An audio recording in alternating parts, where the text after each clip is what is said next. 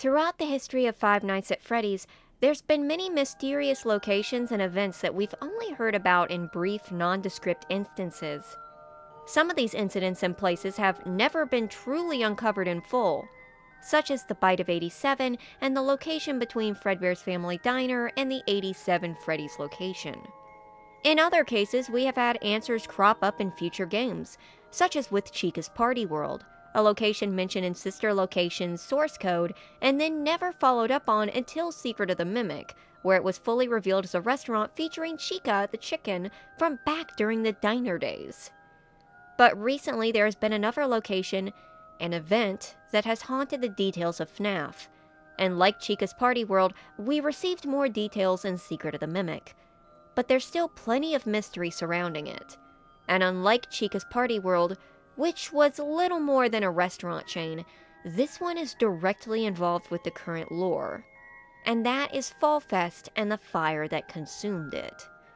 Today we're going to be going over what we know about the fire at Fall Fest, what might have started it, who might have been involved, who lost their life to it, and where the story threads lead, since it's a little more complex than it first seems.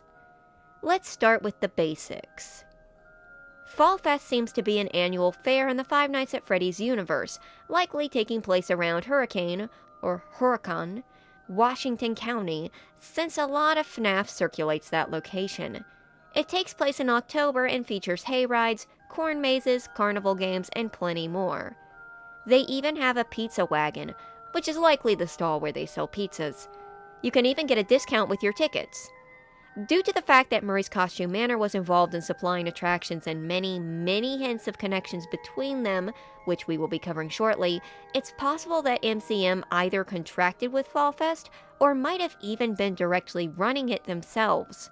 Though it seems like Fall Fest must have been far enough out to warrant Fiona having to leave for a week to manage it. Then again, we know from Secret of the Mimic that Arnold, a Fazbear Entertainment contracted technician, had to drive a few hours just to reach MCM. So it's possible that MCM is just in the middle of nowhere, and it makes more sense to plop Fall Fest near civilization. It's also very possible that Fall Fest was connected with the Freddy's brand.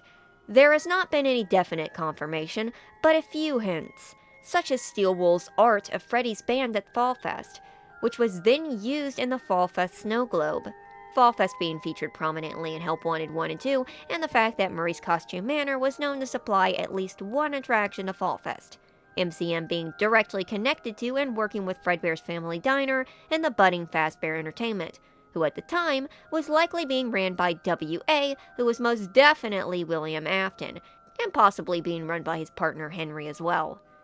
Another possibility, though, is that Fall Fest is one of many events, franchises, and elsewise absorbed by the ever-growing conglomerate that was Fazbear Entertainment. This might be backed up by the 1970s Fall Fest poster having no sign of Fredbear, Freddy's, or their logos on it, while the Fall Fest that reeks of Freddy memorabilia is dated to be in 1983.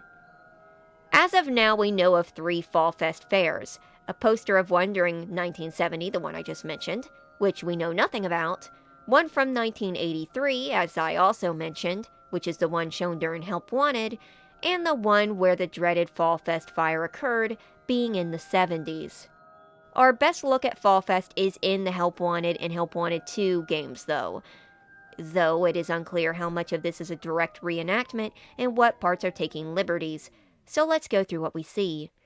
Featured in Help Wanted 1 and under the 83 Fall Fest banner, we see an elaborate corn maze made of cutouts, we see a dark ride which features Foxy the Pirate, a character who's been around for quite some time, and repeated instances of a worn-down looking barn that is likely a prop building.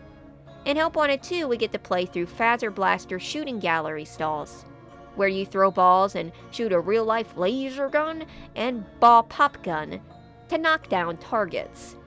Now, while all of the content might have not been at Fall Fest, such as the remakes of Fnaf 1 and 2 for obvious reasons, and the laser gun, the shooting gallery itself greatly resembles one seen in Secret of the Mimic in the Big Top showroom. Going off of this, and the fact that we know MCM was setting up something for Fall Fest, it's very likely that MCM could have made a shooting gallery stall for it. Another notable thing worth mentioning is the animatronic bear mounted at the attraction, Carnie. Step right up, test your skills and win a prize. You're here by yourself? How sad. Carnie is a barker bear who both resembles Freddy, or Rockstar Freddy, and Lefty from Pizzeria Simulator. Though due to Rockstar Freddy and Lefty being created ages after the last known Fall Fest, it is unknown if Carnie was a recent addition for Faz Ent's virtual training experience, or if Carnie was a distant relative to Freddy Fazbear.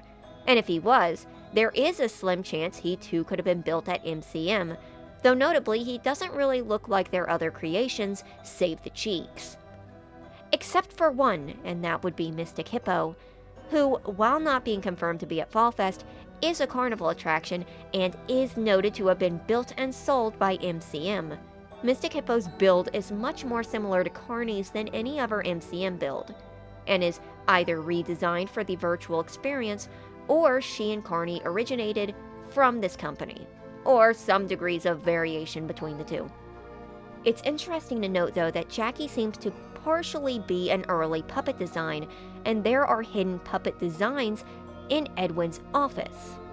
Secret ones that are redacted and not part of the Foxy Pirate Show, which means if that's the case, and Carnie originated as an MCM character, then Henry later brought that design back to use as a walking bear trap, Lefty, to catch the puppet, which then involved another fire, but that's not important today. Moving on. Finally, there is the Carousel, which, due to being located in a very similar backdrop, is mostly confirmed to be part of Fall Fest. The Carousel's pretty big, with 3 rows of circulating carts all themed as Freddy characters, and surprisingly, toy variations. Toy Bonnie, Normal Bonnie, Chica, her cupcake, Balloon Boy, even Mangle on a pirate ship. In Help Wanted 2, you're tasked with repairing the carousel while being hounded by the daycare attendant, someone who seems to fit the carousel theming, but also doesn't seem to entirely belong there. See, the daycare attendant as we know him is part of the Mega Pizzaplex, and seems to be a newer design. So likely he wasn't there, but there was possibly another version of the daycare attendant there, the Jack-O-Moon. While currently considered a mostly non-canon Halloween-based character, the fact that the Jack-O-Moon is just a recolored daycare attendant, stylized with a pumpkin-painted face, green and purple accent, and noticeable ash marks, could be a hint towards this being an actual animatronic at the carousel. And if not, then it's at least another hint towards the fire. Though the daycare attendant's presence at the carousel will become pretty important later. The daycare attendant himself seems rather important in general, but that's a bridge we'll stumble across when we get there. Now that we know what we do about Fall Fest, the feel, the possible attractions, let's take a step back momentarily to explain the situation with MCM and the Edwin family. I'm sure you know the deal, but here's the skinny. Edwin Murray ran a factory that made mascots, attractions, parade floats, carnival rides, and more. Edwin had a beloved wife named Fiona who helped in all of his endeavors, specifically in designing characters and keeping Edwin in check, as he had a tendency to wander to other projects and going too far with them.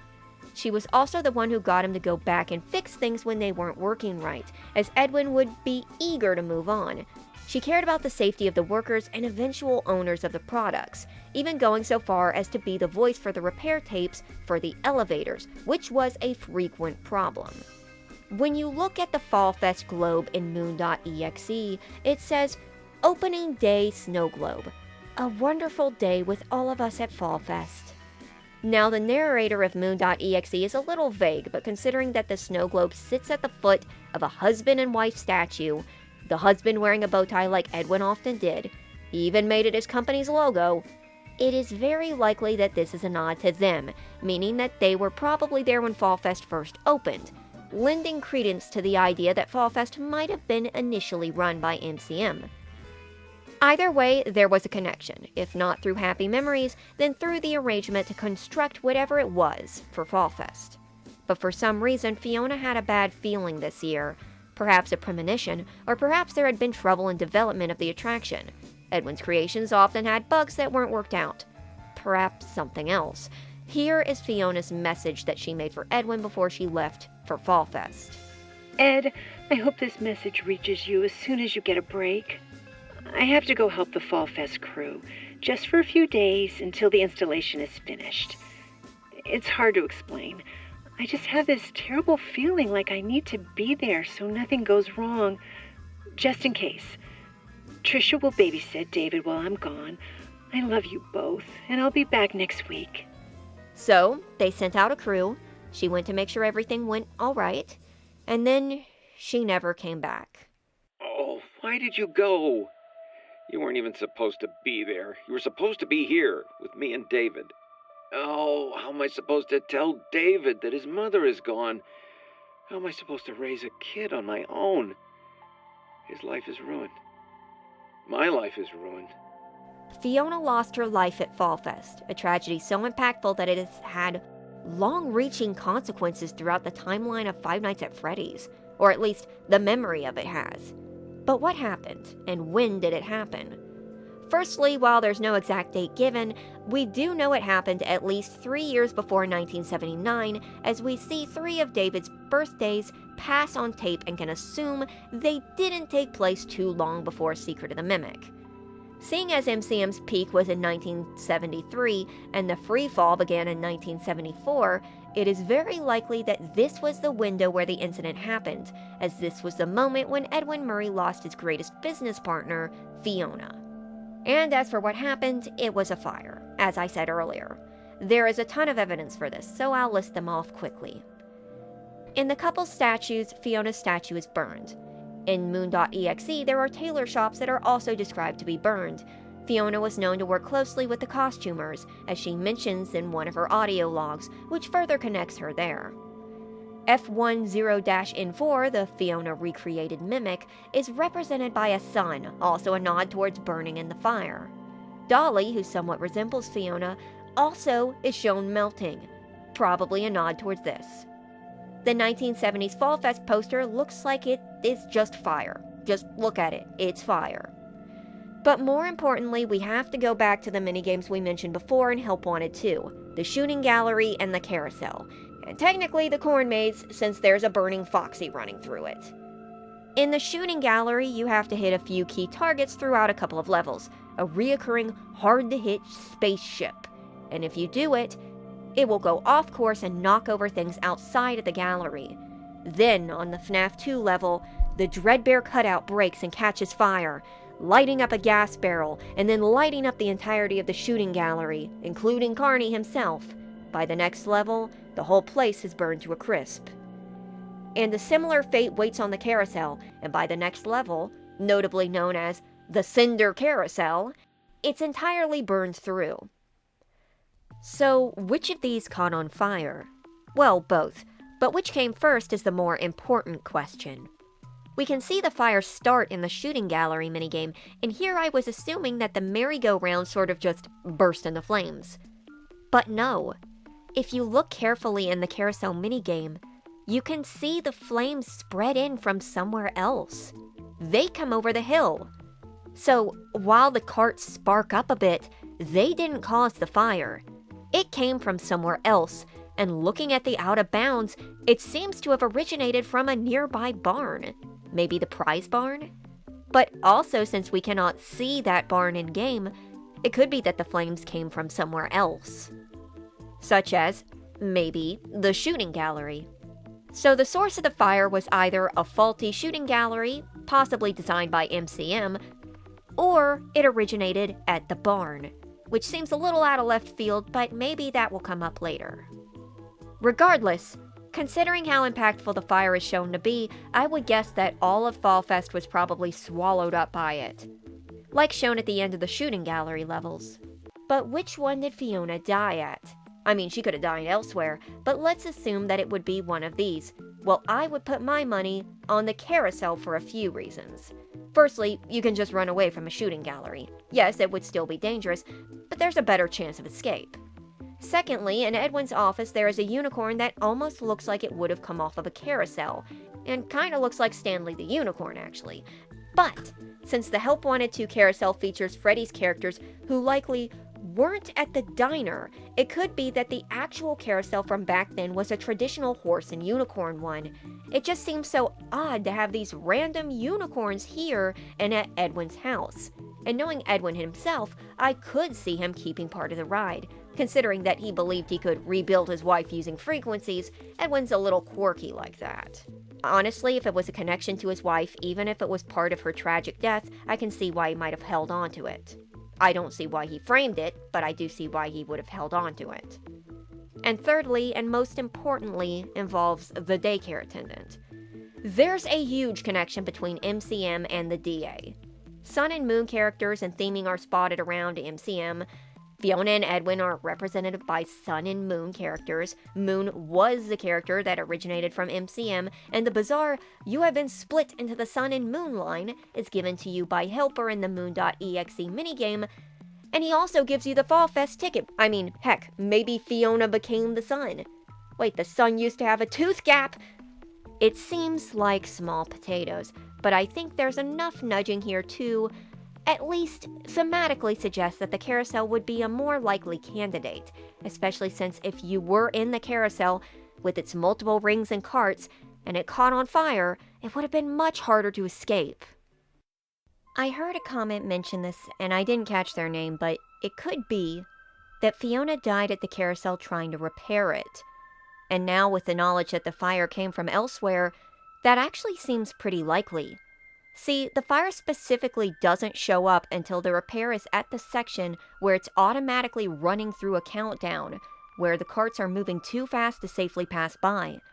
And by time they stop, the fire has already climbed aboard the Carousel to go for a ride. And by that point, Fiona would have been trapped, especially if the fire was worse than we're seeing in the game. She would have just been there trying to fix things up for installation when she was suddenly blindsided. Also, there is a possibility, we're not sure if this happened before Fall Fest started, since Fiona said she was coming home after installation was complete. But if it was, there could have been children on the ride. And while she likely succeeded, as we don't hear of other people dying, or there was absolutely nobody else involved and the success or failure didn't matter, she succumbed there, more than likely to smoke inhalation before burning. Now, there's two pieces of evidence that support this. One circumstantial, one not. Circumstantially, we repair the burning Carousel and help 1 and 2. But more importantly, is back to those tapes in the elevator. It is Fiona's voice that guides us through the instructions on how to repair the elevator in Secret of the Mimic. Fiona is the one who can read Edwin's chicken scratch to give directions, but in the panicked situation of a fire, she might have had to directly step in and do it herself, and notably in the minigame, we're going off of a clipboard. She was familiar enough with the attractions and selfless enough to do it from what we've seen, and it could have ended up taking her life. And that is what happened at Fall Fest. Fiona had a bad feeling that was entirely justified, went to make sure everything went all right, and ended up losing her life. Then, years later, Freddy's brought back Fall Fest and life went on. It was all a tragic accident.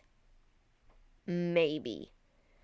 Another person pointed out something very telling, something that's kind of noticeable when you really think about it. In the final level of the shooting gallery, you are left in the charred remains of said gallery. Everything's gone, including most of Carnie's previous wit and charm. But one thing remains, one last target, and that is Springtrap. And while it could be, as it says on the tin, a reference to Fnaf 3 and Fnaf 3's fire with Fazbear Frights, there seems to be something else lingering here. And it raises a new possibility. Was the Fall Fest fire an act of sabotage, caused by William Afton? The tension between him and Edwin, the plotting against MCM, the connection shown between him and the Mimic, the Vanny mask being revealed in Fall Fest, Springtrap, there's things that might point to this, but mostly, the thing here is that William Afton has a motive, both in the event that he was trying to purposefully murder Fiona, or the event that she was caught in the crosshairs. In Secret of the Mimic, we see that W.A., almost definitely Afton, was trying to take over Edwin's business. He did this by buying off his employees, stealing his designs, and changing the business deal, possibly through Henry, so that Edwin could not succeed and would have to default on the agreement, therefore handing everything over to Afton. We know Afton was planning this from the beginning because the deal itself, for Edwin to give him his entire business, factory, all of his land, and owned characters, is extremely predatory. And knowing Afton, yeah, he was always scheming. Plus, after it fell through, he showed his true colors by offering Edwin to work for him while subtly mentioning that they own his house, using it as a bit of passive leverage. There's also been a growing suspicion that William Afton might have been involved with David's death, or at least, I suspect it, as he was left alone when it happened, and he was assumedly hit by a car, and Afton's suggested history of zooming around in purple cars is pretty well known, though this is, again, not confirmed. But what is that we know Afton would resort to shady means, and why he might want Fiona out of the way is pretty apparent. Fiona was the one who did the thinking in the company. She was the one telling Edwin to slow down and think things through, and she might have been wary of Edwin's partnership with Henry and William. We know that Fiona warned Edwin and said that they don't see him as a friend after the deal started falling through. Oh, Fiona was right. They don't think of me as a friend anymore. However, due to the pattern of events, this was likely F10-N4, and this was likely after Fiona's death.